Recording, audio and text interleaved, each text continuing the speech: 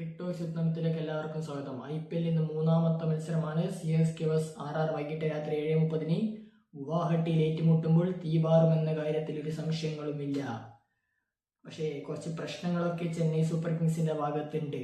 അവരുടെ സാക്ഷാൽ MSD കളിക്കില്ല, തല കളിക്കാതെയാണ് അവർ ഇറങ്ങുന്നത്. പകരം ചേട്ടനുണ്ട് അവർക്ക്. അതുപോലെ തന്നെ ഡെവൽഡ് ബ്രവിസിന്റെ കാര്യത്തിലും സംശയങ്ങളുണ്ട്. ബ്രവിസ് ഇന്ന് കളിക്കില്ല എന്ന് തന്നെ ഒഫീഷ്യലായിട്ട് സ്റ്റീഫൻ ഫ്ലെമിംഗ് ഇന്നലെ അറിയിച്ചിട്ടുണ്ടായിരുന്നു. അപ്പോൾ നമുക്ക് ഈ വീഡിയോയിൽ പിച്ച് കണ്ടീഷൻ, ടീം ന്യൂസും പ്രോബബിൾ ലൈനപ്പിലേക്ക് ഒന്ന് പോകാം. പിച്ച് കണ്ടീഷൻ എന്ന് പറഞ്ഞാൽ ഗുവാഹട്ടിയിൽ പിച്ച് വെച്ചിട്ട് മഴയ്ക്ക് നല്ലൊരു സാധ്യത ഉണ്ടെന്നാണ് റിപ്പോർട്ടുകൾ വരുന്നത്. അങ്ങനെയാണെങ്കിൽ കുറച്ച് പ്രശ്നങ്ങളായിരിക്കും. ബൗളേഴ്സിന് അഡ്വാൻറ്റേജ് കിട്ടാനുള്ള സാധ്യത കൂടുതലാണ്. ഇനി ടീം ന്യൂസിലേക്ക് വന്നു കഴിഞ്ഞാൽ ചെന്നൈ സൂപ്പർ കിങ്സിന്റെ കാര്യത്തിൽ ഇഞ്ചുറി കുറച്ച് പ്രശ്നങ്ങളാണ്. Already Nathan Ellis ruled out ആയിട്ടുണ്ട്. MSDക്ക് തുടക്കത്തിലെ 4 മത്സരങ്ങൾ കളിക്കാൻ പറ്റില്ല. ഡെവൽഡ് ബ്രവിസിനും ഇഞ്ചുറിയാണ്. അങ്ങനെ കുറച്ച് പ്രശ്നങ്ങളൊക്കെ അവർക്കുണ്ട്. പക്ഷേ അവർക്ക് ചേട്ടനുണ്ട്. ചേട്ടൻ ഇന്ന് രാജസ്ഥാനെതിരെ കളിക്കുമ്പോൾ പൊളിച്ചെടുക്കുമെന്ന പ്രതീക്ഷയിലാണ് ചെന്നൈ സൂപ്പർ കിങ്സിന്റെ ആരാധകരുള്ളത്.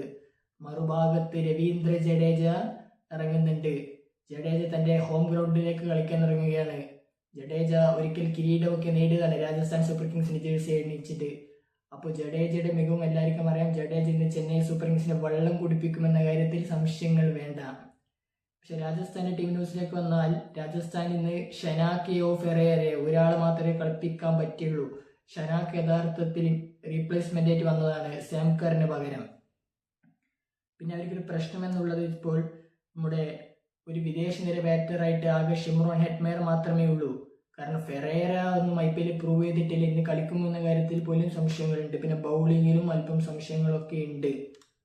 അതുപോലെ ആഡം മില്ലിനേക്ക് ഒരു ചെറിയ ഇഞ്ചുറി ഉണ്ട്. പക്ഷെ അദ്ദേഹം ഇന്ന് കളിക്കാനുള്ള സാധ്യതയും കാണുന്നുണ്ട്. അങ്ങനെയാണെങ്കിൽ രണ്ട് ടീമിന്റെയും പോസിബിൾ ലൈനപ്പിലേക്ക് നമുക്കൊന്ന് പോകാം.